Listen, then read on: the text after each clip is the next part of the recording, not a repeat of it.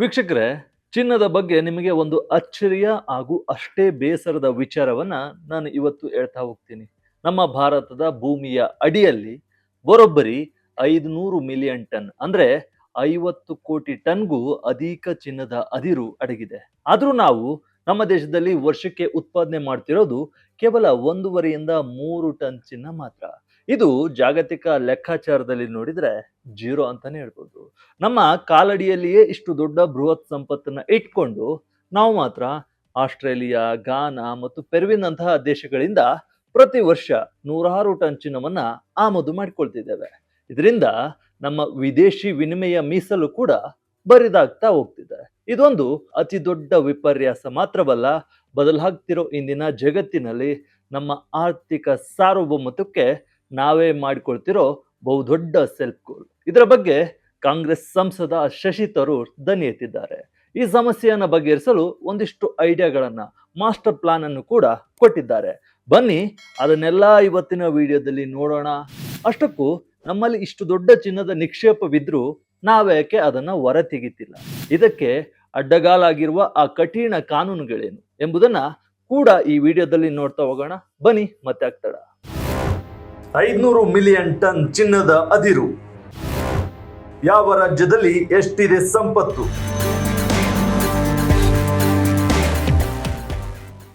S ವೀಕ್ಷಕರೇ, ಕಾಂಗ್ರೆಸ್ ಸಂಸದ ಶಶಿ ತರೂರ್ ಅವರು NDTV ವೆಬ್ಸೈಟ್ಗೆ ಬರೆದ ಅಂಕಣದಲ್ಲಿ ಗೋಲ್ಡ್ ಕಹಾನಿಯನ್ನ ಬಿಚ್ಚಿಟ್ಟಿದ್ದಾರೆ.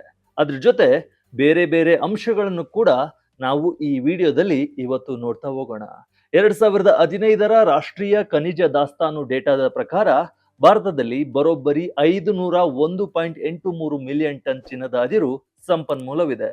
ಆದ್ರೆ ವಿಪರ್ಯಾಸ ಏನಂದ್ರೆ ಇದರಲ್ಲಿ ಕೇವಲ 22 ಮಿಲಿಯನ್ ಟನ್ ಮಾತ್ರ ಹೊರತೆಗೆಯಲು ಸಿದ್ಧವಿರುವ ರಿಸರ್ವ್ಸ್ ಎಂದು ವರ್ಗೀಕರಿಸಲಾಗಿದೆ. ಉಳಿದದ್ದನ್ನೆಲ್ಲ ಕೇವಲ ಸಂಪನ್ಮೂಲ ಅಂತ ಪರಿಗಣಿಸಲಾಗಿದೆ. ಈಗ ರಾಜ್ಯವಾರು ಲೆಕ್ಕಾಚಾರವನ್ನ ನೋಡಿದ್ರೆ ನಿಮ್ಗೆ ನಿಜಕ್ಕೂ ಶಾಕ್ ಆಗುತ್ತೆ. ನಮ್ಮ ದೇಶದ ಒಟ್ಟು ಚಿನ್ನದ ಸಂಪನ್ಮೂಲದಲ್ಲಿ ಬಿಹಾರ ರಾಜ್ಯ ಒಂದರಲ್ಲೇ ಅತಿ ಹೆಚ್ಚು ಚಿನ್ನವಿದೆ. ಅಂದ್ರೆ 44% ಗೋಲ್ಡ್ ಅದಿರು ಜಮುಯಿ ಪ್ರದೇಶದಲ್ಲಿದೆ. ಇದರ ನಂತರ ರಾಜಸ್ಥಾನದ ಬುಕಿಯಾ ಜಗ್ಪುರ್ ಬೆಲ್ಟ್ ನಲ್ಲಿ 25% ಹಾಗೂ ನಮ್ಮ ಕರ್ನಾಟಕದ ಅಟ್ಟಿ ಮತ್ತು KGF ಪ್ರದೇಶದಲ್ಲಿ 21% ಚಿನ್ನದ ಅದಿರಿದೆ. ಆಂಧ್ರ ಪ್ರದೇಶ, ಉತ್ತರ ಪ್ರದೇಶ, ಪಶ್ಚಿಮ ಬಂಗಾಳ ಮತ್ತು ಜಾರ್ಖಂಡ್ ರಾಜ್ಯಗಳಲ್ಲೂ ಸಣ್ಣ ಪ್ರಮಾಣದಲ್ಲಿ ಚಿನ್ನದ ನಿಕ್ಷೇಪಗಳಿವೆ. 500 ಮಿಲಿಯನ್ ಟನ್ ಇದ್ರೂ ಉತ್ಪಾದನೆ ಗುಲಗಂಜಿ. ಕರ್ನಾಟಕದ ಅಟ್ಟಿಯಲ್ಲೇ ಹೆಚ್ಚಿನ ಗೋಲ್ಡ್ ಉತ್ಪಾದನೆ. ಆದ್ರೆ ಇಷ್ಟೆಲ್ಲಾ ಸಂಪತ್ತಿದ್ರೂ ನಮ್ಮ ಪ್ರಸ್ತುತ ಉತ್ಪಾದನೆ ಕೇವಲ 2ರಿಂದ 3 ಟನ್ ಮಾತ್ರ. ಅದು ಕೂಡ 90%ಕ್ಕೂ ಹೆಚ್ಚು ಉತ್ಪಾದನೆ ನಮ್ಮ ಕರ್ನಾಟಕದ ಸರ್ಕಾರಿ ಸ್ವಾಮ್ಯದ ಅಟ್ಟಿ ಚಿನ್ನದ ಗಣಿಯಿಂದಲೇ ಬರ್ತಿದೆ. 2023-24ನೇ ಸಾಲಿನಲ್ಲಿ ಅಟ್ಟಿ ಮೈನ್ಸ್ ನಿಂದ ಕೇವಲ 1.55 ಟನ್ ಚಿನ್ನವನ್ನ ಉತ್ಪಾದಿಸಲಾಗಿದೆ. ನಮ್ಮ ದೇಶದ ಒಟ್ಟು ವಾರ್ಷಿಕ ಚಿನ್ನದ ಬೇಡಿಕೆ ಬರೋಬ್ಬರಿ 800ರಿಂದ 900 ಟನ್ ಇದೆ. ಅಂದ್ರೆ ನಮ್ಮ ಸ್ವಂತ ಉತ್ಪಾದನೆಯಿಂದ ನಾವು ದೇಶದ ಬೇಡಿಕೆಯ 3% ಪೂರೈಸಲು ಆಗ್ತಿಲ್ಲ. ಇದರಿಂದ ಪ್ರತಿ ವರ್ಷ ನಾವು 35ರಿಂದ 40 ಬಿಲಿಯನ್ ಡಾಲರ್ಗಳಷ್ಟು ಅಂದ್ರೆ ಅಂದಾಜು 3 ಲಕ್ಷ ಕೋಟಿ ರೂಪಾಯಿಗೂ ಅಧಿಕ ಹಣವನ್ನ ಬೇರೆ ದೇಶಗಳಿಗೆ ಕೊಟ್ಟು ಚಿನ್ನ ಖರೀದಿಸ್ತಿದ್ದೇವೆ. ಇದು ನಮ್ಮ ರೂಪಾಯಿಯ ಮೌಲ್ಯವನ್ನ ಕುಸಿಯುವಂತೆ ಮಾಡ್ತಿದೆ. ಚಿನ್ನದ ಉತ್ಪಾದನೆಗೆ ಅಡ್ಡಿಯಾಗಿರೋದು ಏನು? ಬ್ರಿಟಿಷರ ಕಾಲದ ರೂಲ್ಸ್ಗಳಿಂದಲೇ ದೇಶಕ್ಕೆ ಹಿನ್ನಡೆ. ಹಾಗಾದ್ರೆ ಇಷ್ಟು ದೊಡ್ಡ ಸಂಪತ್ತನ್ನ ಹೊರತೆಗೆಯಲು ಯಾರು ಅಡ್ಡಿಪಡಿಸ್ತಿದ್ದಾರೆ ಅಂತ ನೀವು ಕೇಳಬಹುದು. ಇದಕ್ಕೆ ಉತ್ತರ ನಮ್ಮ ದೇಶದ ನೀತಿ ಮತ್ತು ಕಾನೂನುಗಳೇ ಆಗಿವೆ. ದಶಕಗಳಿಂದಲೂ ಭಾರತ ಸರ್ಕಾರ ಚಿನ್ನದ ಗಣಿಗಾರಿಕೆಯನ್ನ ಒಂದು ಸ್ಟ್ರಾಟಜಿಕ್ ಅಸೆಟ್ ಎಂದು ನೋಡುವ ಬದಲು ಅನುಮಾನ ಮತ್ತು ಕೊರತೆಯ ದೃಷ್ಟಿಯಿಂದಲೇ ನೋಡ್ತಾ ಬರ್ತಿದೆ. ಗಣಿಗಾರಿಕೆ ಮಾಡಲು ಬರುವ ಕಂಪನಿಗಳು ಎದುರಿಸಲೇಬೇಕಾದ ರೆಡ್ ಟೇಪ್ ಚಕ್ರವ್ಯೂಹ ಎಷ್ಟರ ಮಟ್ಟಿಗೆ ಕಠಿಣವಾಗಿದೆ ಅಂದ್ರೆ ಅದು ಪರೋಕ್ಷವಾಗಿ ಗಣಿಗಾರಿಕೆ ಮಾಡಬೇಡಿ ಅಂತ ಹೇಳುವಂತಿದೆ. ಒಂದು ಚಿನ್ನದ ನಿಕ್ಷೇಪವನ್ನ ಹುಡುಕಿ ಅದನ್ನ ಹೊರತೆಗೆಯಲು ಆರಂಭಿಕ ಲೈಸೆನ್ಸ್ ನಿಂದ ಹಿಡಿದು ಅಂತಿಮ ಗುತ್ತಿಗೆಯವರೆಗಿನ ಪ್ರಕ್ರಿಯೆ ಅತ್ಯಂತ ಕಾಂಪ್ಲೆಕ್ಸ್ ಆಗಿದೆ. 16 ಇಲಾಖೆಗಳ ಅನುಮತಿ, ಪಾರದರ್ಶಕತೆ ಇಲ್ಲದ ಪರಿಸರ ಇಲಾಖೆಯ ಕ್ಲಿಯರೆನ್ಸ್ಗಳು ಮತ್ತು ಅತಿ ಹೆಚ್ಚು ತೆರಿಗೆ ಇವೆಲ್ಲವೂ ಬಂಡವಾಳ ಹೂಡುವವರನ್ನ ಎದುರಿಸ್ತಿವೆ. ಜೊತೆಗೆ ನಮ್ಮ ದೇಶದಲ್ಲಿರೋ ಬಹುಪಾಲು ಚಿನ್ನದ ಅದಿರಿನ ಗುಣಮಟ್ಟ ಬಹಳಷ್ಟು ಕಡಿಮೆ ಇದೆ. ಅಂದ್ರೆ 1 ಟನ್ ಅದಿರಿನಲ್ಲಿ 2 ಗ್ರಾಂಗಿಂತ ಕಡಿಮೆ ಚಿನ್ನ ಸಿಗ್ತಿದೆ. ಹೀಗಿರುವಾಗ ಅತಿ ಹೆಚ್ಚಿನ ರಾಯಲ್ಟಿ ಮತ್ತು ತೆರಿಗೆಗಳನ್ನ ವಿಧಿಸಿದ್ರೆ ಯಾವ ಖಾಸಗಿ ಕಂಪನಿ ಆದ್ರೂ ಬಂದು ಇಲ್ಲಿ ಸಾವಿರಾರು ಕೋಟಿ ರಿಸ್ಕ್ ತೆಗೆದುಕೊಳ್ಳುತ್ತದೆ ಅಂತ ನೀವ್ ಹೇಳಿ. ಆದ್ರಿಂದ ನಮ್ಮ ದೇಶದ ಚಿನ್ನದ ಉತ್ಪಾದನೆ ಕಡಿಮೆ ಆಗಿದೆ. ಶಶಿ ತರೂರ್ ನೀಡಿದ ಗೋಲ್ಡನ್ ಐಡಿಯಾಗಳು. ಬದಲಾಗಬೇಕಿದೆ ಭಾರತದ ಮೈಂಡ್ ಸೆಟ್. ನೋಡಿದ್ರಲ್ಲ, ಇಷ್ಟೆಲ್ಲ ಸಮಸ್ಯೆಗಳಿದಾವೆ. ಈ ಸಮಸ್ಯೆಯನ್ನ ಬಗೆಹರಿಸಲು ಕಾಂಗ್ರೆಸ್ ಸಂಸದ ಶಶಿ ತರೂರ್ ಅವರು ಒಂದಿಷ್ಟು ಐಡಿಯಾಗಳನ್ನ ನೀಡಿದ್ದಾರೆ, ಪ್ಲಾನ್ ಅನ್ನ ನೀಡಿದ್ದಾರೆ. ಅವರು ಪ್ರಸ್ತಾಪಿಸಿರುವ ಸ್ಟ್ರಾಂಗ್ ಪಾಯಿಂಟ್ಗಳು ನಮ್ಮ ದೇಶದ ಕಣ್ಣನ್ನ ತೆರೆಸುವಂತಿವೆ. ಮೊದಲು ಅವರು ಹೇಳಿರೋದು ಬ್ರಿಟಿಷರ ಕಾಲದ ಅನುಮಾನದ ಮನಸ್ಥಿತಿ ಹೋಗ್ಬೇಕು ಅಂತ. ಭಾರತ ಸರ್ಕಾರವು ದಶಕಗಳಿಂದಲೂ ಚಿನ್ನದ ಗಣಿಗಾರಿಕೆಯನ್ನ ಒಂದು ಸ್ಟ್ರಾಟಜಿಕ್ ಆಸ್ತಿ ಅಂತ ನೋಡುವ ಬದಲು, ಈಗಾಗಲೇ ಹೇಳಿದ್ದೀನಿ, ಇದನ್ನ ಕೇವಲ ಕೊರತೆ ಮತ್ತು ಅನುಮಾನದ ದೃಷ್ಟಿಯಿಂದಲೇ ನೋಡ್ತಾ ಬರ್ತಿದೆ. ಪ್ರತಿಯೊಂದು ಖನಿಜ ನಿಕ್ಷೇಪವನ್ನ ಒಂದು ರಾಷ್ಟ್ರೀಯ ಸಂಪತ್ತು ಎನ್ನುವುದಕ್ಕಿಂತ ಮುಂಚೆ ಇದೊಂದು ಹಗರಣವಾಗಿಬಿಡುತ್ತಾ ಎಂಬ ವಸಾಹತುಶಾಹಿ ಬ್ಯೂರೋಕ್ರಸಿ ಮನಸ್ಥಿತಿಯಲ್ಲೇ ನಾವು ನೋಡ್ತಿದ್ದೀವಿ. ಇದು ಮೊದಲು ಬದಲಾಗಬೇಕು ಅಂತ ಶಶಿ ತರೂರ್ ಹೇಳಿದ್ದಾರೆ. ಅದಾದ ಬಳಿಕ ಸಿಂಗಲ್ ವಿಂಡೋ ಸಿಸ್ಟಮ್ ಮತ್ತು ಟ್ಯಾಕ್ಸ್ ಹಾಲಿಡೇ ಬೇಕು ಅಂತ ಅವರು ಸಜೆಷನ್ ನೀಡಿದ್ದಾರೆ.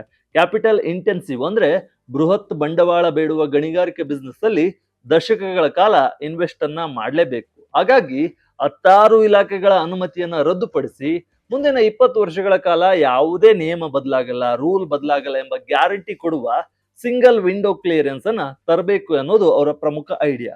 ಜೊತೆಗೆ ಆರಂಭಿಕ ವರ್ಷಗಳಲ್ಲಿ, ಅರ್ಲಿ ಇಯರ್ಸ್ ನಲ್ಲಿ ಟ್ಯಾಕ್ಸ್ ಹಾಲಿಡೇ ಅನ್ನ ಕೊಟ್ರೆ ಮಾತ್ರ ನಾವು ಜಾಗತಿಕ ಮಾರುಕಟ್ಟೆಗೆ ಭಾರತ ಮುಕ್ತವಾಗಿದೆ ಎಂಬ ಸಂದೇಶವನ್ನ ರವಾನಿಸಿದಂತಾಗುತ್ತೆ ಅಂತ ಶಶಿ ತರೂರ್ ಹೇಳಿದ್ದಾರೆ. ಚಿನ್ನವೇ ದೇಶದ ಅತಿ ದೊಡ್ಡ ಲಿಕ್ವಿಡಿಟಿ. ಭಾರತ ಇನ್ನೂ ವಿಳಂಬ ಮಾಡಿದ್ರೆ ಅಪಾಯ. ಇನ್ನು ಚಿನ್ನ ಡೆಡ್ ಅಸೆಟ್ ಅಲ್ಲ, ಜೀವಂತ ಗುರಾಣಿ ಅಂತ ಶಶಿ ತರೂರ್ ಕರೆದಿದ್ದಾರೆ. ಚಿನ್ನವೇ ದೇಶದ ಅತಿ ದೊಡ್ಡ ಲಿಕ್ವಿಡಿಟಿ. ಅದು ಬೇರೆ ಯಾರದ್ದೋ ಜವಾಬ್ದಾರಿ ಅಥವಾ ಹೊಣೆಗಾರಿಕೆ ಅಲ್ಲ. ಇಂದಿನ ಜಾಗತಿಕ ಅಸ್ಥಿರತೆ ಮತ್ತು ಕರೆನ್ಸಿಗಳನ್ನ ವೆಪನ್ ಆಗಿ ಮಾಡ್ತಿರೋ ಕಾಲದಲ್ಲಿ ನಮ್ಮ ನೆಲದಲ್ಲಿರುವ ಚಿನ್ನವನ್ನ ಹೊರತೆಗೆಯೋದು ಬಾಹ್ಯ ಸಾಲವಿಲ್ಲದೆ ನಮ್ಮ ರಾಷ್ಟ್ರೀಯ ಬ್ಯಾಲೆನ್ಸ್ ಶೀಟ್ ಅನ್ನ ಮೇಂಟೈನ್ ಮಾಡೋದು ಬಲಪಡಿಸುವ ಜೀವಂತ ಗುರಾಣಿ ಆಗಿ ಚಿನ್ನ ಕೆಲಸ ಮಾಡುತ್ತೆ ಅಂತ ಶಶಿ ತರೂರ್ ಹೇಳಿದ್ದಾರೆ. ಅದಲ್ಲದೆ ನಮ್ಮ ನೆಲ ಶ್ರೀಮಂತವಾಗಿದೆ, ಆದ್ರೆ ನಮ್ಮ ನೀತಿ ಬಡವಾಗಿದೆ ಅಂತ ಶಶಿ ತರೂರ್ ಹೇಳಿದ್ದು ಇದು ಅತ್ಯಂತ ಪವರ್ಫುಲ್ ಆದ ಐಡಿಯಾ. ನಾವು 500 ಮಿಲಿಯನ್ ಟನ್ ಅದಿರನ್ನ ಕೇವಲ ಲೋಹ ಅಂತ ನೋಡಬಾರದು. ಅದು ನಮ್ಮ ಭವಿಷ್ಯದ ಶಾಲೆಗಳು, ರಸ್ತೆಗಳು ಮತ್ತು ಬಲಿಷ್ಠ ರೂಪಾಯಿಯ ಸಂಕೇತ. ಇತರೆ ದೇಶಗಳು ಫ್ರೆಂಡ್ ಶೋರಿಂಗ್ ಮೂಲಕ ತಮ್ಮ ಸಂಪನ್ಮೂಲಗಳನ್ನ ಭದ್ರಪಡಿಸಿಕೊಳ್ತೇವೆ. ಈ ವೇಳೆ ಭಾರತ ವಿಳಂಬ ಮಾಡಬಾರದು ಅಂತ ಶಶಿ ತರೂರ್ ತಮ್ಮ ಚಿಂತನೆಗಳನ್ನ ಚಿನ್ನದ ವಿಚಾರದಲ್ಲಿ ಹೇಳಿದ್ದಾರೆ.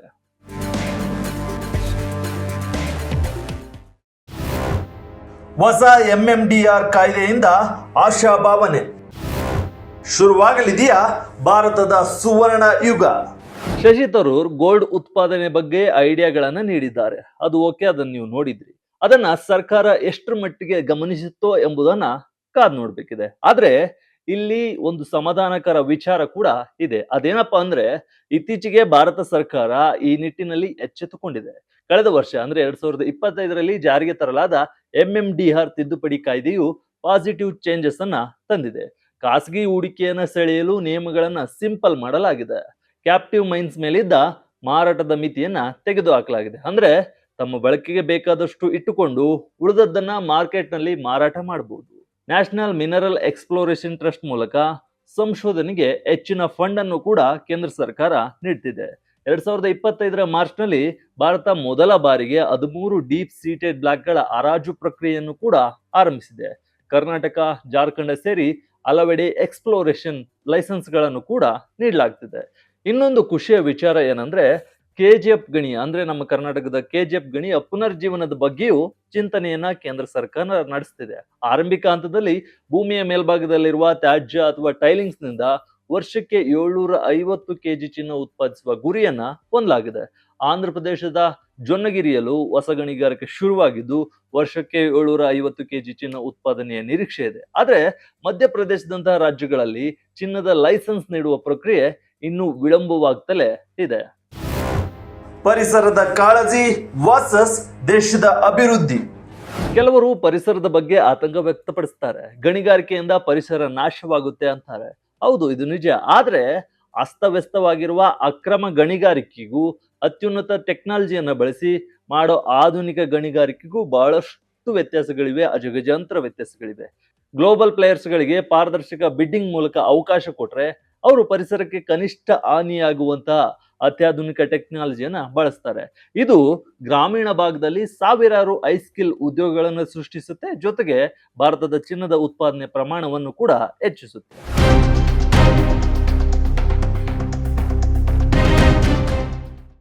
ಒಟ್ನಲ್ಲಿ ಚಿನ್ನದ ಬಗ್ಗೆ ಶಶಿ ತರೂರ್ ನೀಡಿರೋ ಪ್ಲಾನ್, ಐಡಿಯಾಗಳು ದೇಶದ ಕಣ್ಣು ತೆರೆಸಿರೋದಂತೂ ಸುಳ್ಳಲ್ಲ.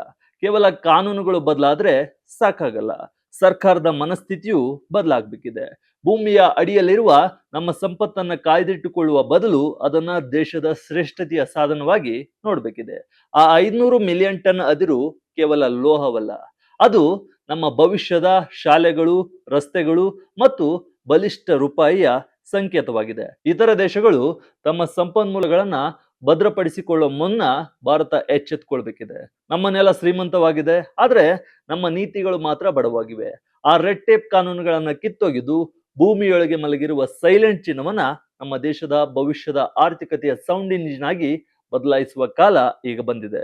ಮುಂದಿನ ದಿನಗಳಲ್ಲಿ ಭಾರತದ ಚಿನ್ನದ ಗಣಿಗಾರಿಕೆ ಯಾವ ಟ್ವಿಸ್ಟ್ ಅನ್ನ, ತಿರುವನ್ನ ಪಡೆಯುತ್ತದೆ ಎಂಬುದನ್ನ ಕಾದು ನೋಡ್ಬೇಕಿದೆ.